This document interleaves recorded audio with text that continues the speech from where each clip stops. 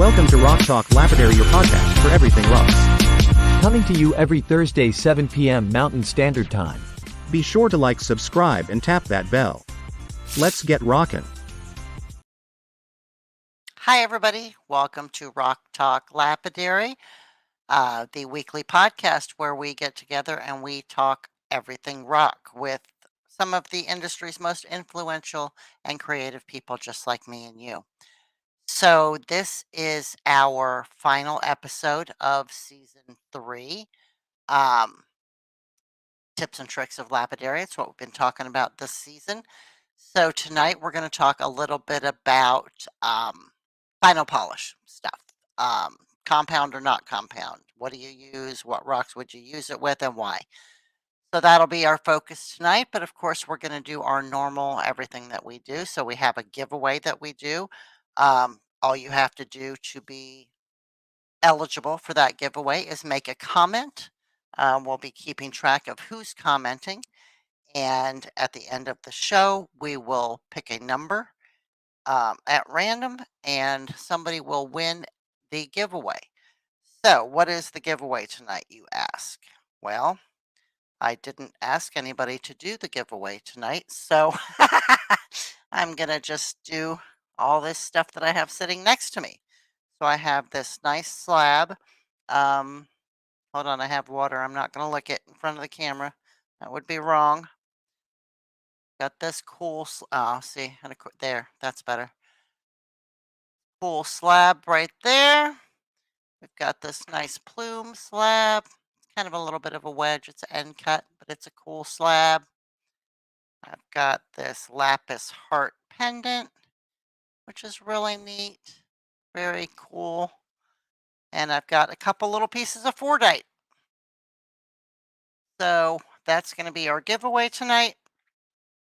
So if you are the lucky winner, that is what you will get. If you are the winner, make sure you send an email to either my email, which is down in the description, or rocktalklapidary@gmail.com, and we will make sure that you get your giveaway stuff. Sorry, I'm just kind of writing names down since Ryan's not here this evening. We're not sure if he's going to make it. Okay. Okay, so what else? Let's see. Like us, share us, love us, subscribe to us, all of that good stuff. Because we want to make sure that when we come back in September, you still get the notifications, right? So it's important that you're subscribed and you have that bell on so that you know when we're here. What else? Let's see. Oh, I'm Courtney. With CNS Services, Cabs and Stones. I cut cabs, I cut slabs, I sell everything.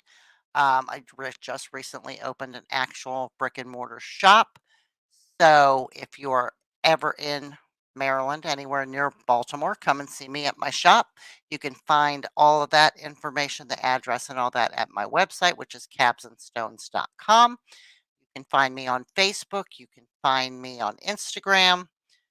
You can find me here always. I think that pretty much covers everything that I wanted to talk about. So let's go ahead and start bringing on our co-hosts. And tonight we're going to start with Matt. Hi, Matt. How are you? Surprise, right? Crazy. Right? Yeah, Right? I'm crazy. You're doing some Absolutely crazy work, though. It's turning out really nice. I love it. Thank you. Yeah, thank you. Really, really, really starting to turn out pretty good. So I'm happy with it. Good. I mean, kind of what I do, right? Right? Right? It better be all right, right? Absolutely. Yeah, otherwise you're in the wrong business if you're not liking it. You are definitely in the wrong business. Totally. So I'm Matt. I own Redbeard's Rocks. I do some slabbing and cabbing and, finagling around with some rocks and sometimes saw cutting with a chainsaw and Yes. little crazy, But yeah, that's about it. You know, crazy, Okay. crazy busy. I'm a concrete guy by day and a rock artist when I get a chance by night. There you go. There you go. And a also part-time side job mechanic on his own vehicles when need be. Yeah, Matt does it all. All that's right. right, let's bring Dave on. Hi, David. Hey, look, it's How are you? Dave. I've seen him before. Hi, Dave. All right, Hey, Dave. everybody. Good to see you. Hey, I'm Dave. I'm from Rock Tumblers for Autism, and if you look at my little title thingy down there, it also says "and Soul Fragments," which Ooh, is the name of the new company that we're putting together, so I can start to sell some of the stuff that I do. Um, and our plan is, so we're finding it's a lot easier because the way that charities work, you're not supposed to do sales, you're supposed to get donations. So I can sell through the one and I can donate to the other. Still there do you the go. rock tumblers for the kiddies. So There you go. we're going to do some of that. And so, yeah, just been busy working and making some cabs and doing some things and waiting for the show. Nice, nice. All Me too. right, good stuff. All right, let's bring Brad on. Hi, Hi Brad. guys, how is everybody tonight? Good, good. How are you? Oh, I'm getting a little wore out. Matt, you can keep the concrete work. I've done 20 yards this week and I'm done with it. Matt does 20 yards in 2 hours. Right, right, right. Goodness, but yeah, I'm Brad with JBB Rocks. I'm a sphere maker. I cut and polish. I cut slabs. I sell just about everything. And I'm in the process of actually building my own store. That's why I'm giving Matt a bad time about his concrete. As I'm doing all the footings, foundations, all the lumber. I'm actually headed to town tomorrow to pick up all my lumber to actually start building the place. So we're Nice. getting pretty excited. Very Nice, cool. Very cool. I love very nice. it. Right. Dave, want to tell anybody about anything before we move right into the fun? Well, there's a lot of things that I want to tell people about, but I'll stick with the show. All right. So let's talk about our stickers first, right here. We have these Rock Talk Lapidary stickers, and I'm telling you, I did it again tonight. I have my big drinking jar that has been through the microwave or the dishwasher multiple times. I put a second sticker on it tonight just to see how long they'll last. These things are awesome. Put them on the back of your car window. Wherever you want them.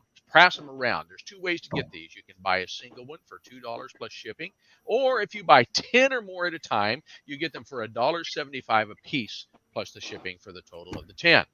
And on top of that, we have coffee cups with this same logo on them. And I'm telling you, I've got two of these coffee cups. They are flipping awesome. They are 16 or 17-ounce coffee cups. Yeah, Um, I think and, they're and 15. Yep. 15. They hold so much coffee that it is hard to drink it before it gets cold. And so, of Nice. course, especially that first cup of the day, make sure and warm that cup up first before you do it. So these are $27.99 a piece, and you can buy them two at a time plus shipping on top. Yep. Yep. So you can buy the pair for 52 or you can buy a single for $27.95. And to do that, you just get a hold of me. I have them. Or email rocktalklapidary@gmail.com. And You got them in the store? I do, of course. I Oh, almost sold one today. I forgot. Third way to get these, buy Yes. something from one of us. We throw one of these in your package. Yep. And you get it for free. And it is important to note that the stickers and the coffee mugs that we are showing you are old school Limited edition. now, limited Right. editions, because we have changed the logo. So future ones will be different. I mean, we just added Brad. We made Brad permanent. Brad was a rotating guest host. He's now a permanent host, so he's been added to the logo. I now have lips. Bonus. So yeah, so the logo that's on the mugs and on the stickers that we're showing right now are the old ones. And I got to say, I was a little disappointed with the change because I asked her to give me hair. I'm still don't have hair. She should have given you Elvis hair. That would have been cool, right? Right? It doesn't come back, Dave. Yeah, especially if you keep sitting around doing this all the time, right? Mine just migrated south, Yeah, yeah.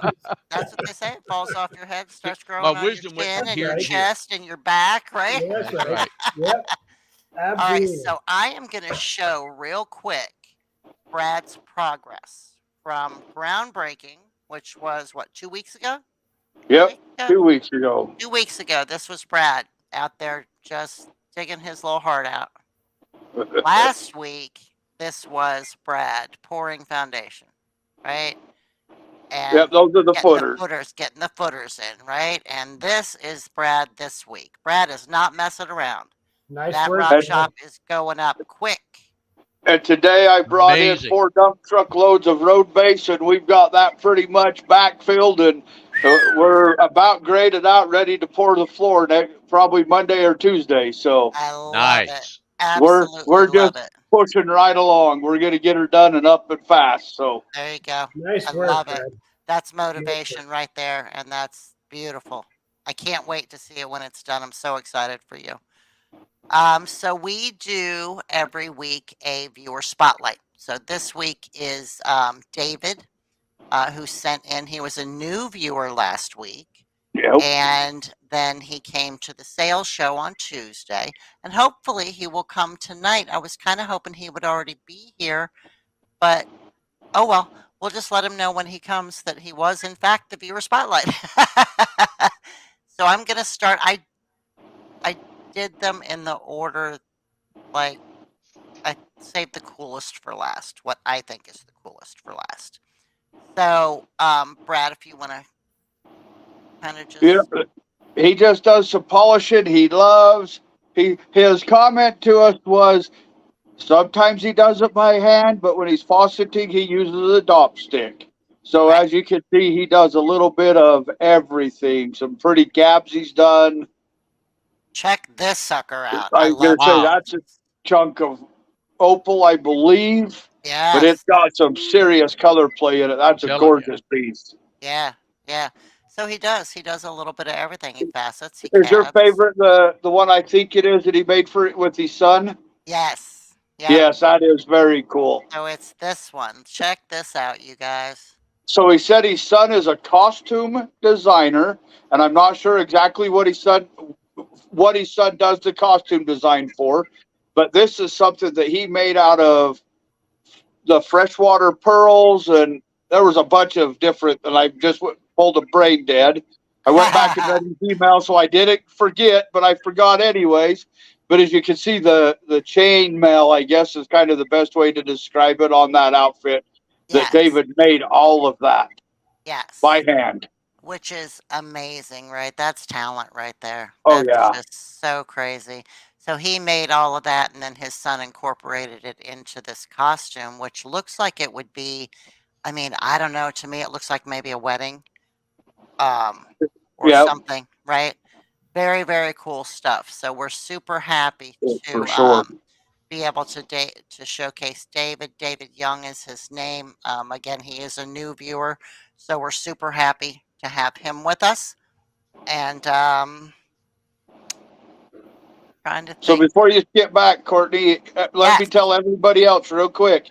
You yes, guys, please, please, please share us your art. Share us what you do. We'd like to share the rest of your work. We don't care if it's rocks. We don't care if it's painting. Let's just show what everybody's hobby is. Yes, this is Rock Talk Lapidary, and we all love rocks.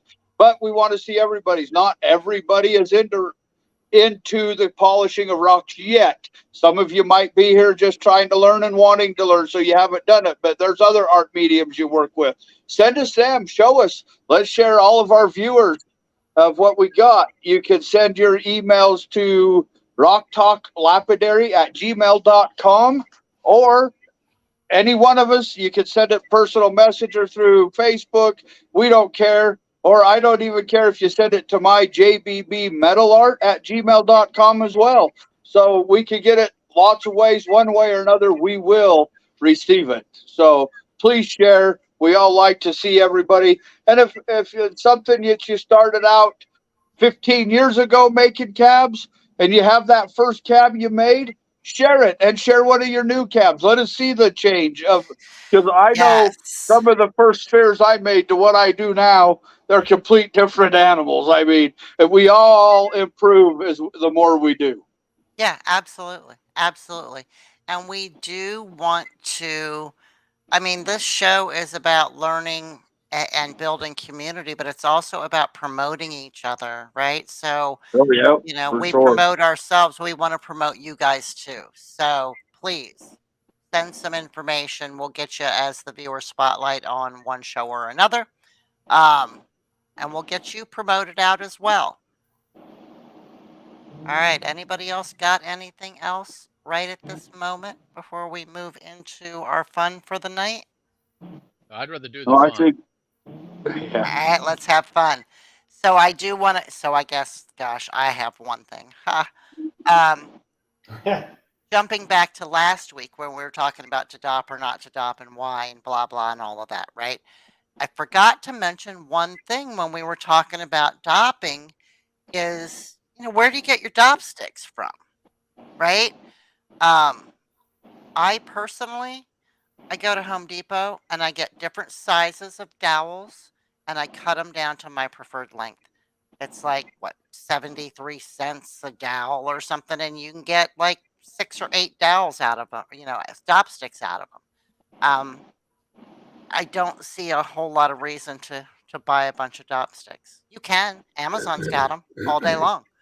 But that's what I do. So I just wanted to throw that out there before we moved into polishing stuff. Well, and Go ahead, Dave. there was one other thing. I read a really interesting article in Rock and Gym magazine this week about dopping and something that we hadn't considered and hadn't thought about. So some people make doublets, which means that you have glued one piece of material to another. But Right. sometimes when you heat that stone, it ruins that glue bond. So what they're recommending is to go ahead and you've got room temperature your stone is, but you're still using hot dop on the stick, but that's what they call a cold dop process. And so one of the things is the way that you taught us to put the stuff on there to make it more sticky. If you're using that cold dop process, go ahead and get your dop hot. Your stone is room temperature. Put some of that on there, let it dry a second, and go and put that hot dop on. And that should be a procedure to help you with that. Interesting. Yeah, I don't never think about doublets because I don't do doublets. Right. But that's good to know. Thank you for that. And what were you going to say, Matt? I'd say, so I want to talk on Dave's point, right? So I'd say if you're doing doublets, you should steer away from heating them altogether, right? Right. I mean, if you're going to heat them to put, dop wax on, you should do so before you join them. There's an idea as well, right? Yeah. That way you have dop wax on it already, right? You don't have to get it that hot to add your new piece to it. But I would also say you should probably incorporate Courtney's hack. Hola, Kersten. Hi, guys. Incorporate Courtney's hack, right? Which is putting shellac and shellac and denatured alcohol in a 50-50 mix. So do that first. Put a little wax on there. Wax joins more easily with wax, right? Right. I would also, if it were me, I have not done it, but if it were me, I wouldn't heat the whole stone if I was doing a doublet. I'd flash heat it with a torch, and then I would put my dop wax on. Okay. Good idea. You don't want to get that whole stone hot, right? You don't want to cause that temperature differentiation, separation, right? Yeah, with your glue. But heat will make the gas, whatever gas is trapped in there, whatever air bubbles, maybe microscopic, it'll make them expand. You will then see them. Right. And I would think it might even cause discoloration of your glue, possibly as well. Yeah, depending on what kind of temperature you get to, absolutely. Right. Really nice article. If somebody wants to read it, get the August edition of the Rock and Gym. It's in the August edition. Okay, I'll have to look at it whenever mine comes, if it's not here already. I'll have to look at the store. So, welcome, girlfriend. Thank you. Thank you. I'm sorry, who are you again, and why are you here? I am Tristan Safford. That's all. That's all? Name is familiar. She's a raccoon. Yeah. And you can find all her information as well in the I'm excited to take notes. Like I had to rip my notebook out. You guys, I've never dopped with wax. So all of that is totally new to me. Yeah. I've always used super glue and a nail or a dowel. Okay. Or just my fingers. Go back and watch last week's show if you haven't already, because that was... I have, but yes, it's a great one. I was like, I wasn't here, but I was still watching. Right. Yeah. Right. We rock. So this week we're going to talk about polishing compounds. Use them? Do you not use them? Which ones do you use? And why? Right? Are they specific to certain types of rocks and all that kind of stuff? I don't have a whole lot to add to that conversation because I don't generally use any polishing compounds at all. What I do is I spend extra time on the wheels, and I find that I get that nice glassy polish on 95% of my stones, so I don't really need or want to use a compound, right? Because my opinion, right? I don't know, right or wrong, whatever. Compounds are going to wear off where a natural polish isn't, right? I don't know if that's true or not. It's just how my head thinks, right? Now, there are some stones that I will, and when I do use a polishing compound, I generally use cerium. And that is the extent of my input of tonight's discussion. So can I jump in there, Courtney? Yes, absolutely. So I hear you, and I adore your work. I think you're a phenomenal artist. But polishing compounds don't put anything on the stone. They further shine it. That's all. Okay. It's a grit. So it's another medium. It's just another grit. Okay. It's a higher gradient, right? Higher grit. So I would encourage everybody, if you Google rock polishing compound chart, if you Google that, it will show up, and there's many folks much smarter than me, and any of us here, but Mark Anderson, our good friend, right? Mark Anderson kind of pointed me to that chart because I kept peppering him with, hey, what about this? And what, I'm not getting enough shine. I'm not, right? And he's like, hey, Google rock polishing compound chart. So I did.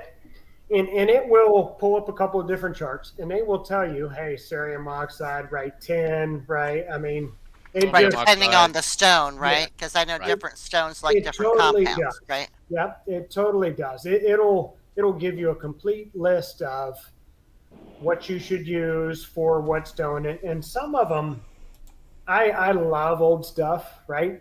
Some of them you can clearly tell were written a long time ago, right? Just by the font in the print or in the picture, right? You can read it and you're like, wow. Right. And see, and it's funny because I have all of the compounds. Every one of them I have. I just don't care to use them. You know? Now, like I said, I'll pull it, like if the polish isn't enough for me. So, I don't know. How do each one of you tell when you are cabbing whether you need to go farther with a compound? So I don't know, when I hit my 3000 wheel, when I get done with my 3000 wheel, my stone should be beading just like if I had just waxed my car, right? I should have that beading. Sure. And then when the stone's dry, it should still look like it's wet. So if I get it wet and the color changes, I'm not done with it. Right? Does that make sense? It does. Sure. So I want it to look just like when I'm done. And then, depending on the stone I make out of the 14,000, I may do something else. But that's just kind of how I judge. How do you guys judge when it's time to either go to a polishing compound or continue on your wheel or what? I think for me, when if it's a new piece of stone I've never worked with before, I get through my 3000 grit. Oh, what the heck? Try a cerium oxide. try a tin oxide, try a Fabuloser. Does it change your polish? No? Okay, then I don't need it on that stone. One of them for me that is a huge deal. I don't know how much of the honeycomb calcite you've worked with, Courtney, but even I can run that up to 50,000 diamond paste. Yeah. And if I do not put a serenium oxide on my soft wheel and go over that piece of honeycomb calcite, you will have a waxy finish on it. But if you take your serenium oxide on your honeycomb calcite, you will get a gloss finish. But if you don't, you'll never get it. I got to say, I didn't do honeycomb calcite for a few months, like when I started making a lot of spheres. And about 5 or 6 months later, I had an order for honeycomb calcite spheres, and I got them to where I'm finished, and I'm like, this just doesn't have that shine. What am I forgetting? And I started asking my dad, what am I doing wrong? What did I forget? And he asked me, did you use the serenium oxide? And I said, no, I did not. As soon as I went to that, it put that polish back on it. I've also learned that obsidian, I get a better polish. And if Jaws is listening, we don't care. We see what he can do with obsidian. And he makes anything I've ever polished with obsidian look dumb. But that's beside the point. Again, obsidian is another one I've learned that I have to use a serenium oxide or a ZAM on it to get a better shine on it. So most of your agates, I agree with you 100%. If it's an agate, I could put a glass shine on an agate just going up to 3,000 grit. Right. But there's some of those other, even some of your jaspers, you start playing with some of that and try a serenium oxide, see if it changes your polish. If it doesn't, you don't need it. The one thing I will tell people that, here you go, Courtney, this is where I'm in your same boat. If somebody tells me to go spray that with a clear lacquer to make a polish on it, I'm going to scream and holler, and I'm going to lose my marbles. Because, it's going to put a heck of a shine on it, but I guarantee you within a couple of months, you're going to start chipping, and it's going to look like crap. Right. I've always told people, as soon as you spray that with a clear coat, you have just ruined the value of that stone. And that's my personal opinion. Right. I mean, other people, if that's how you feel, you got to do it because you haven't spent the money for the lapidary equipment or Dremels or whatever to get you started, and you want something shiny, okay. I mean, if that makes you happy, but you ruined the stone spraying it, and it won't stay. A good polish, you can, unless you chip it or drop it or something like that, that polish will never go away. It'll shine for the rest of its life. You might have to knock some dust off of it once in a while, but right. So that's me. You can get that spray off it. Some acetone to take that spray off. Yeah, you can get it off. Sure. And it just makes you work twice as hard to get it off to put a real polish back on it. Is all basically what I'm saying. It's not that you can't get it off. The stone's not really ruined, but you're going to have to spend a lot of time to get it back to where you can put a polish on it. Right. So, Kersten, I have a question for you. Okay. Because you posted or sent me a picture of a piece of honeycomb calcite that you polished recently. What compound did you use on that? Was it cerium or what was it? Let me grab it really quick so everybody can see what you're talking about. Okay. Hey, while she's the grabbing the polish on this piece is amazing. Oh yeah. She was too fast. It was close by. So this one is the one. Yeah. The super glossy. Right. So I took this very carefully. Now I polished this with a wet concrete polisher. So I took it up as high as it goes, which is 3,000, and then I hit it with ZAM. Okay, and with ZAM, you have to be super careful because it's a green compound, and if you have any fractures, it will get in there, and good luck getting it out. So you gotta make sure it's solid. Yeah. Denatured alcohol helps remove ZAM without hurting your polish. Yes. Okay. ZAM on what? Yep. What kind of a... Right, ZAM on what? Was it felt? What was it? Okay, muslin. So I use felt or Muslin.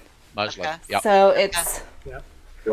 it's just fabric, cotton fabric. You can see right here behind me my muslin wheel right here for my ZAM.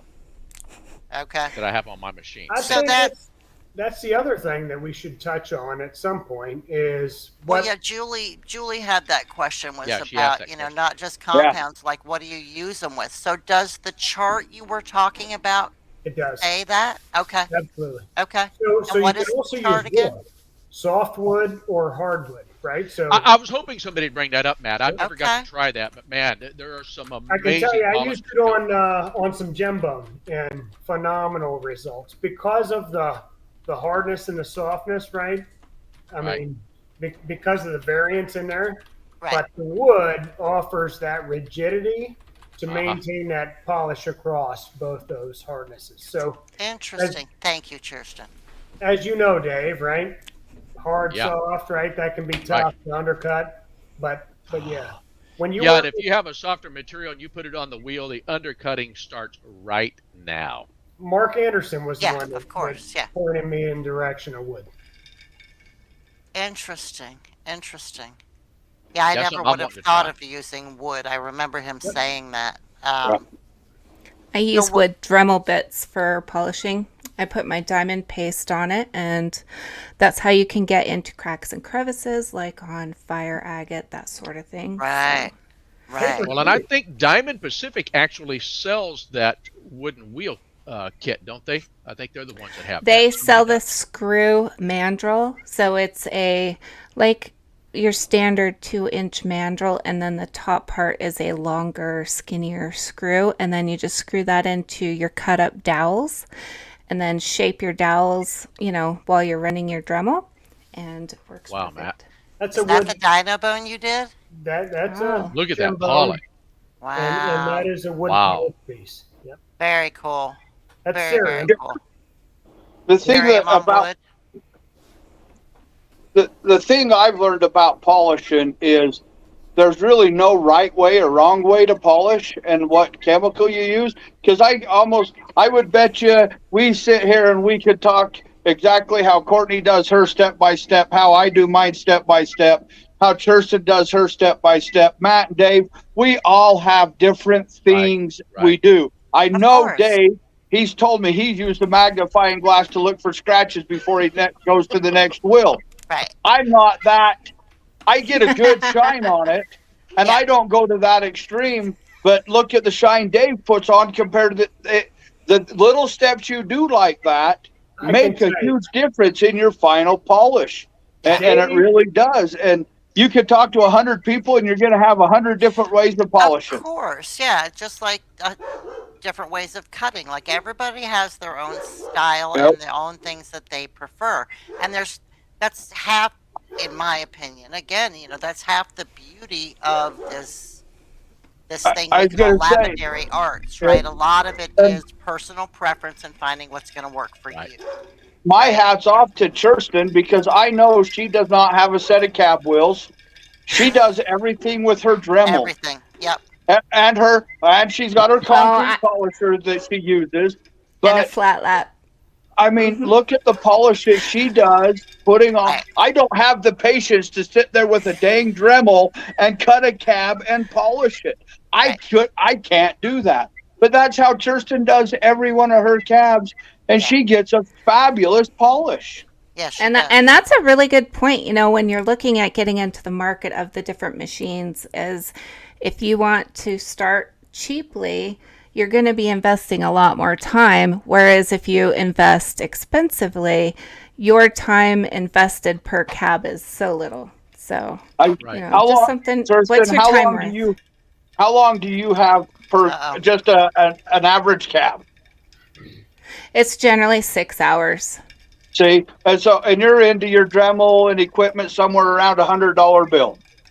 Is that right? I mean, give or take, for average, okay. Yeah. So there you go. So I run an Easy Cab machine. I believe Dave runs the Easy Cab machine as well. Mine's an 8-inch Easy Cab, but I can put a cab out in about 15 to 20 minutes.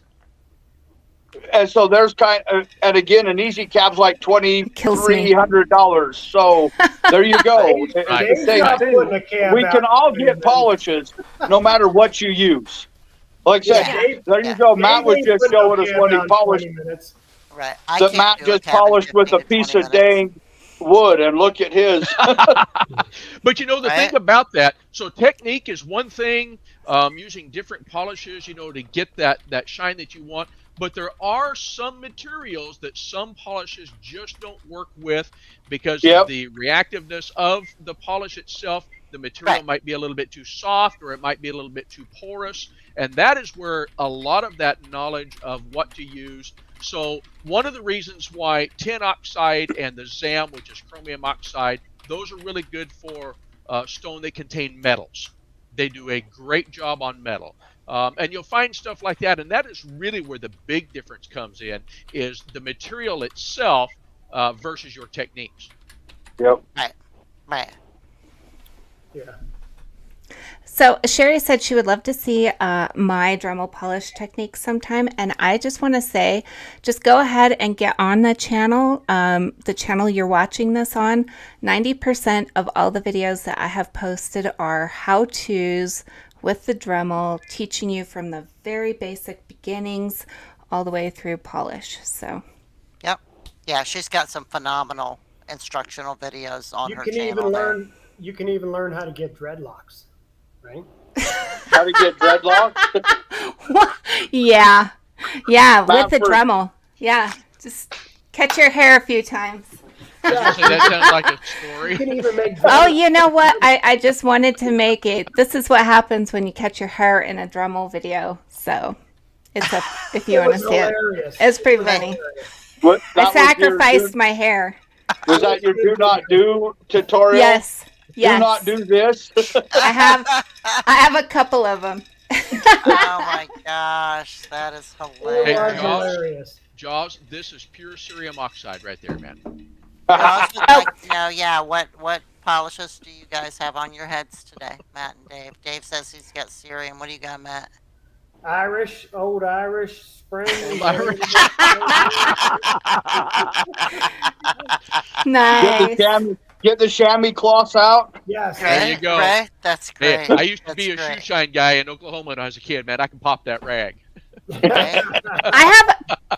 I have one question to ask all four of you right now, and that is, when I'm buying cerium, I always get the orange stuff. Have you guys ever? You get okay.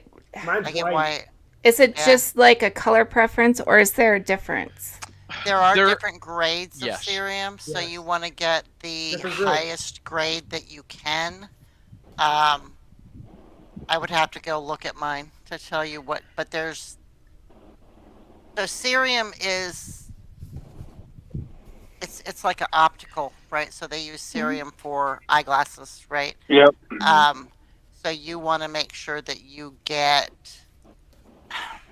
It's like 30, 40, or 50,000. Right? Yes. Okay. Yes. So you want 50,000. Yeah, you want to get the highest. Be cautious of using whatever medium you're using to hold that cerium. Right? Yes. Be cautious about separating it. So you don't want to use the same if you're using wool, right? Some of us use white wool, some of us use yellow wool, some of us use rough leather, some of us use, right, sheared leather, elk hide, that sort of thing, right? But if you put 30,000 grit on it, you don't want to put 50,000 grit on it because you're going to get a 30,000. Exactly. Right. Exactly. So you kind of always change your pad for the whatever grit you're using. Yep. Yeah. I can say, for instance, on my sphere machine, I have outdoor carpet that I use as my final polishing wheels. And that's what I put the cerium oxide in, is that outdoor carpet. But again, like Matt said, if I change brands or grit, those carpets are removed and I put a whole new carpet on. That way I know that whatever's in that particular carpet is what I'm using. It's not mixing.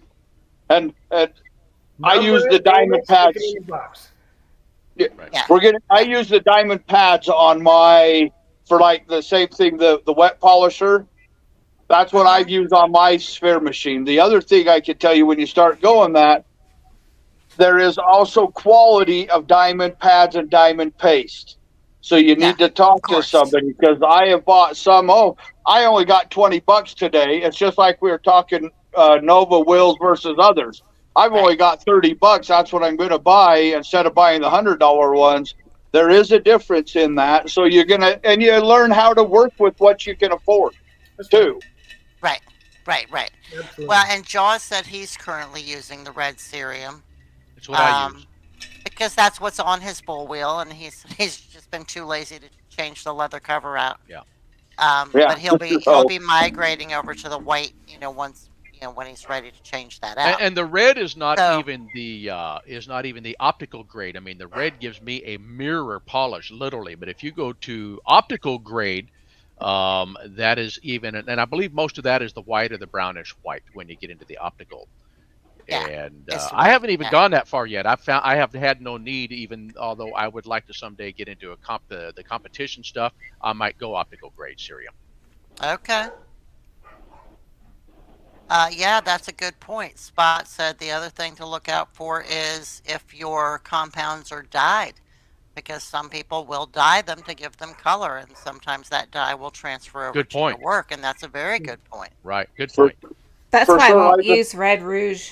Jewelers. Yeah, like the point that Kersten brought up earlier is if you have a fracture in that piece, any kind of little fracture, and you use a polishing paste, and it's a red, for instance, you could end up with red streaks in that little teeny fracture line that there's nothing you could do about.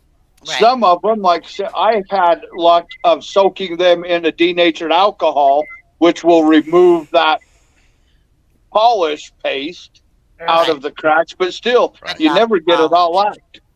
Okay. Well, I put mine in an ultrasonic cleaner. Yeah. Some stone you do have to be careful about that with, but most stone is fine. And mine has one, and this goes up to about 170 degrees, and I can turn that up and then put it in there for about 10 minutes, and all of that color or whatever I've used, if it gets in a crack or something, it does come out. And what does an ultrasonic cleaner set one back? Because that sounds just like $70. That's all. $100. Yeah, I think I paid. I have the detail, dual elements and everything. I think it was around $90.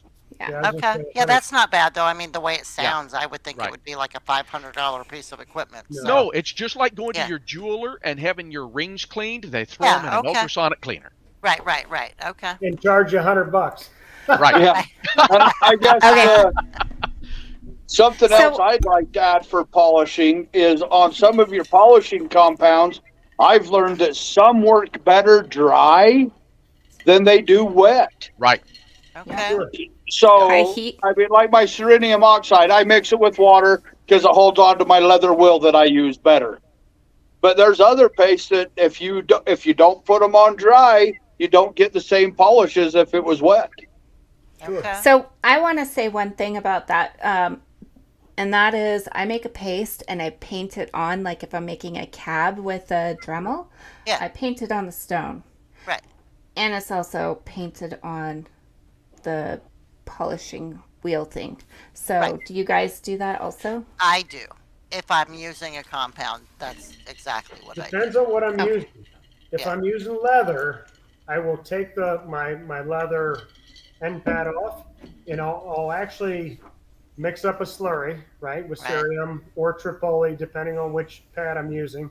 I only use cerium or tripoli. That's my thing, right? Okay. So I will mix up a slurry, and I'll paint it on there, and I'll let it dry. Then I'll put it on there, and I just use a little bit of spritz, a little bit of water bottle spray, right. To moisten it, because I don't want to wash out that pad as it's spinning right on the end. Yeah. So, but that's the way I do it. I do not do that with my wool or my canvas, right? I don't impregnate. Gotcha. But the leather I do. Okay. I just put a half a teaspoon of cerium in here again the other day, and I think in 4 years that's like the third time that I've done that. Yeah, it doesn't take much. It goes forever. Once you've impregnated that leather or whatever you're using, you don't have to put that on every stone. And once it's in there, it's in there. So sometimes you have to paint both when it's a fresh leather. You're trying to get it all ready to go. I just keep it in there, and if it dries out, I just spritz a little water in there, and I take my brush and paint it on my leather, and I'm ready to go again. Right, right. Yep. Now, what do you guys use equipment-wise when you're doing your polishing? So, like, I have everything to put it on my side flat wheel thing, right? If I wanted to, I could slap a leather or whatever on there. I prefer to polish if I'm gonna polish. Are you laughing at me? My side wheel flat leather thing. You know what I mean? That thing, that flat thing. But if I'm going to use a polish compound, I prefer my Dremel. I polish with my Dremel if I use a polish compound. I don't know why. It's just what I've always done. So what do you guys use when you're polishing? I know what Kirsten uses. I'm an end plate. That's what I use as an end plate. You And the use end muslin plate? wheel over here. So I have two different, I've got the cerium on the end plate, and I have the ZAM, which is your chromium oxide, on the muslin over here. And then I have a third one. I'm getting ready to set up the Richardson Rock Ranch. They made their own buffer. And I've got one of those brand new that was given to me, and I haven't decided what I want to put on there, if I want to use that for AO. One of the things to consider, again, is the hardness of your stone, like Matt was talking about wood. So this end plate, the nice thing about them, yes, they have just a little bit of a rubber pad under them, but they're firm. If you need something that's a little more delicate, then that's where that kind of that cotton and that big thick buffer for some of those Richardson Ranch, that's where that can come in. So depending on what medium you want to put on there. And just hold on tight, because when you're polishing, I can't. I was up. I know a lot of you guys know Vince Allred. I was working on this beautiful Tortella piece on his machine. He lets me use it, and I was on the last step on the polisher, and it just zinged right across his basement and in the drain. Down it went, never to be seen again. Oh wow. Oh man! And if you work on concrete floors, get a carpet down. Yeah. Now, one of the things I'll do is when I'm on the wheel, this right here would be my pad where I'm sticking it on there, and I keep my finger just at the bottom of that, even though I've got a hold of it. Yeah, I do that too. What it'll do, it'll keep that. If it catches it, it'll come against my finger instead of throwing that across. And I've had it go across my shop, Kirsten, just like you're talking about. Zing, and you don't know what's going to break when it hits. It's going to be the cab or something else. Yeah, right. So I kind of keep that finger below that, kind of cricked like that, and I work it that way and do it. Ryan said he uses cerium oxide on the end plate or ZAM and on the Dremel. Gonna say, I threw a 6-inch sphere here about 2 weeks ago that I was working on, because I decided I've got muslin wheels on my Easy Cab that I go to 14,000 to 50,000 diamond paste on them. And I just decided to take, and I was over there just working on that. And another thing I've learned is sometimes getting that stone hot as you're polishing it actually really helps. So here I am, this big 6-inch sphere, and I'm on that 8-inch muslin wheel working. And I don't know, I got in that thing, and that sucker bounced off the Easy Cab, bounced across the floor, went rolling.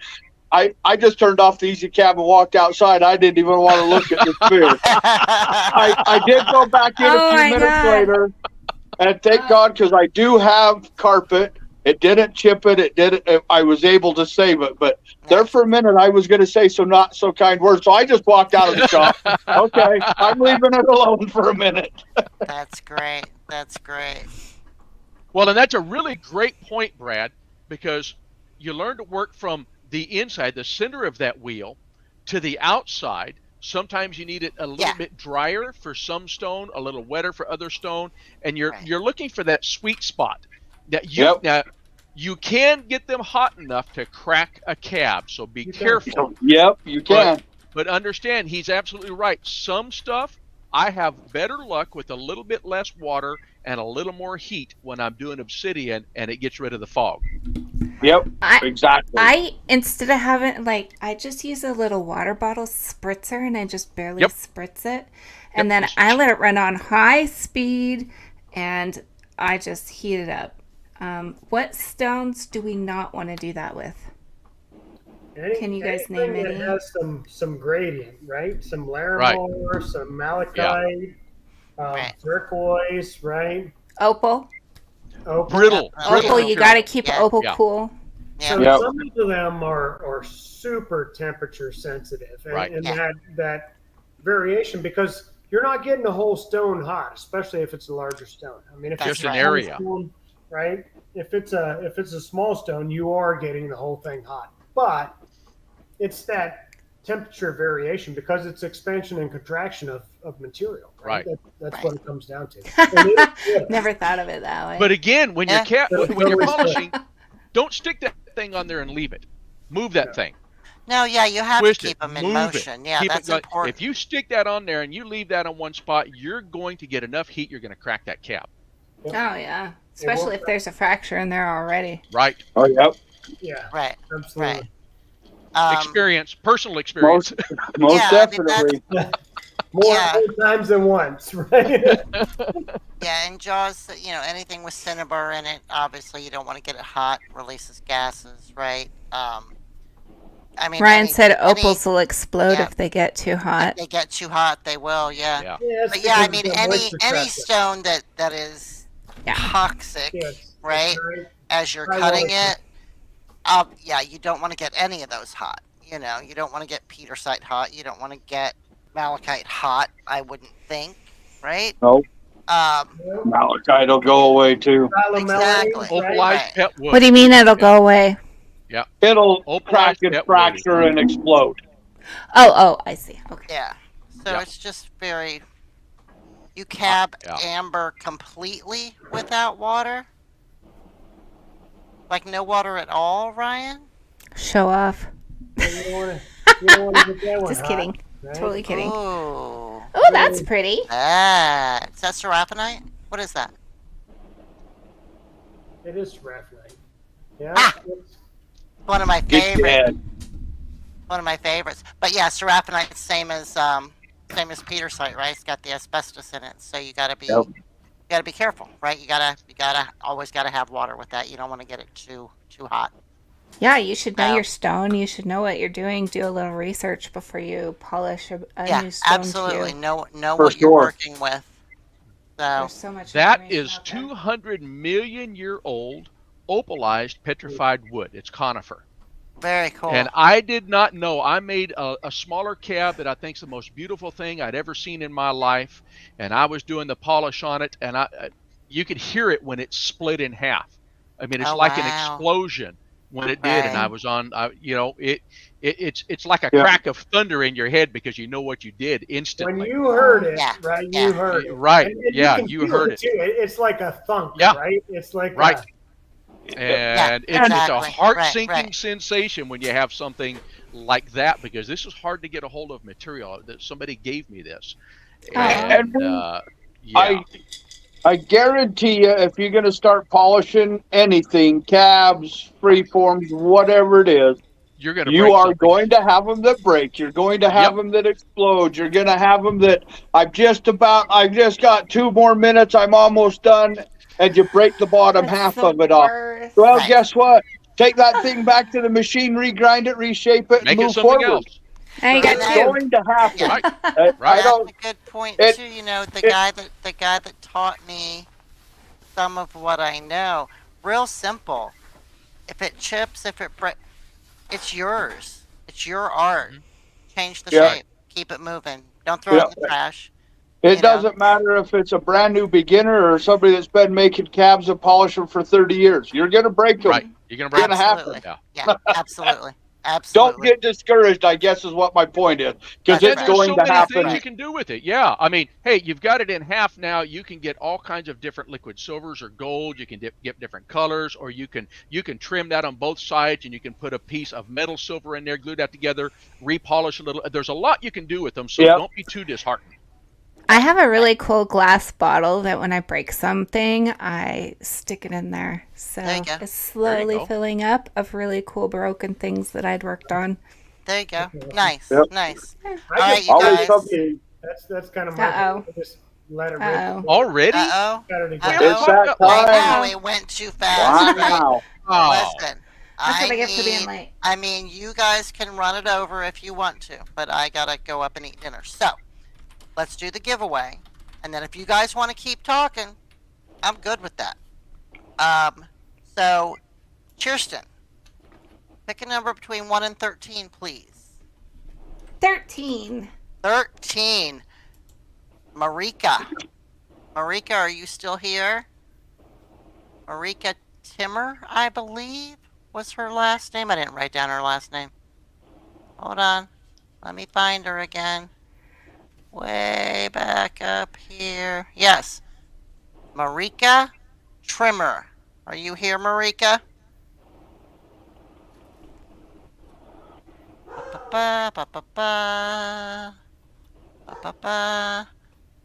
All right, well, let's give Marika a second or two to respond. If she doesn't respond, what do we do, Kirsten? Have we ever had one where the person doesn't respond?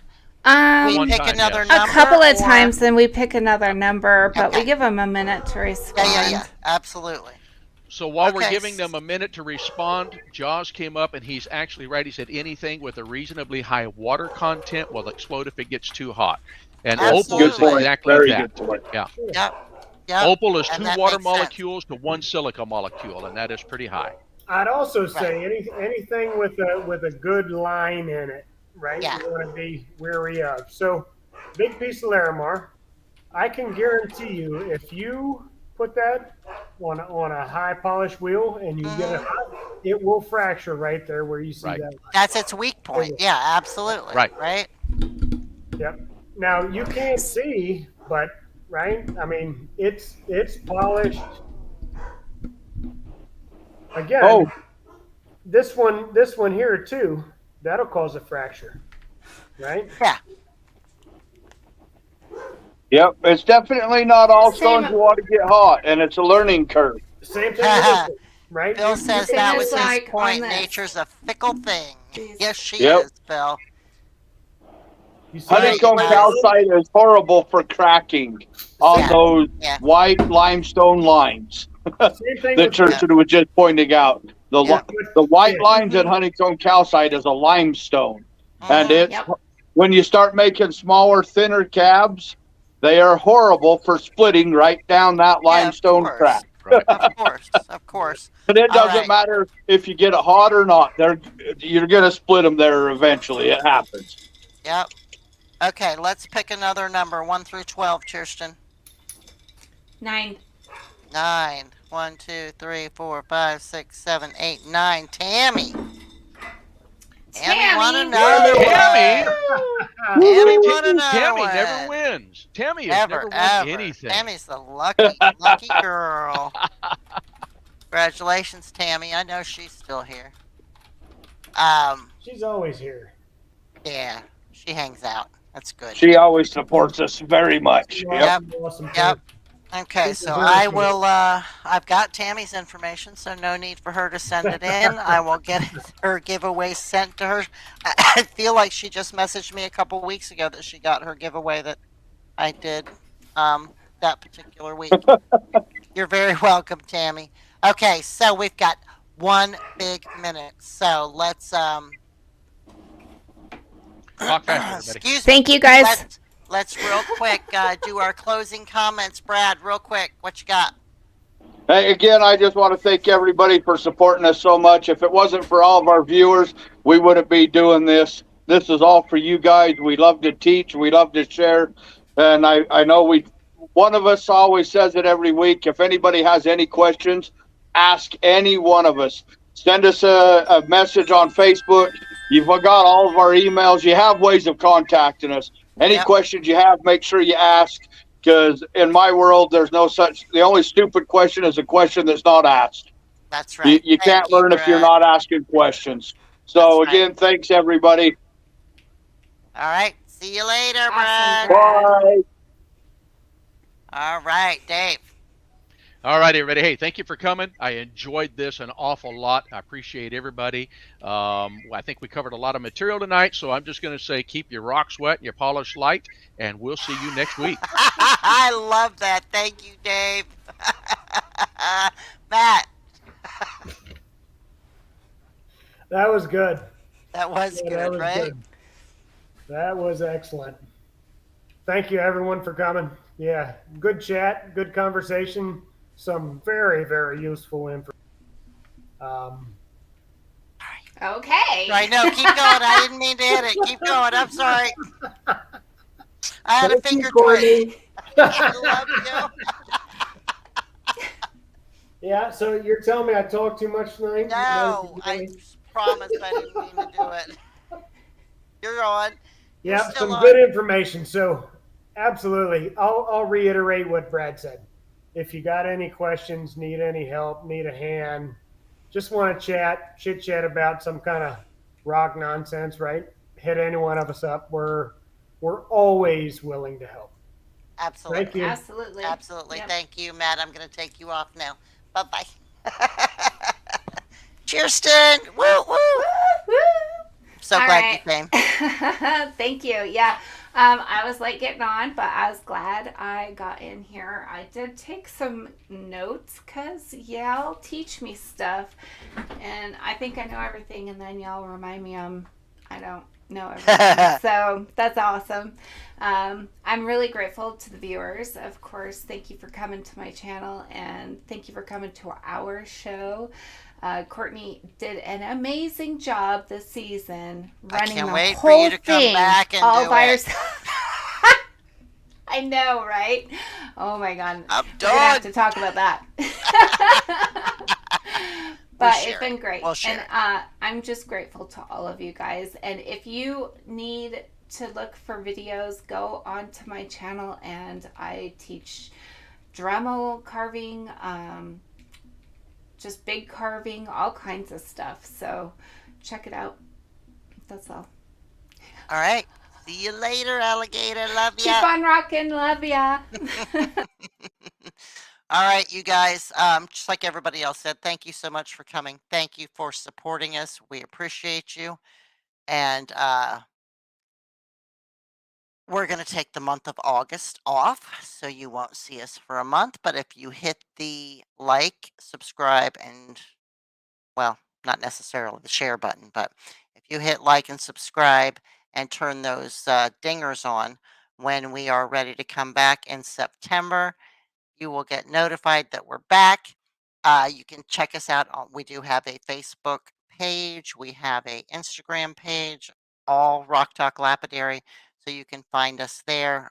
We will continue to post there. We will continue to do our every other Tuesday sales shows as well. So be on the lookout for those. And what else? What else?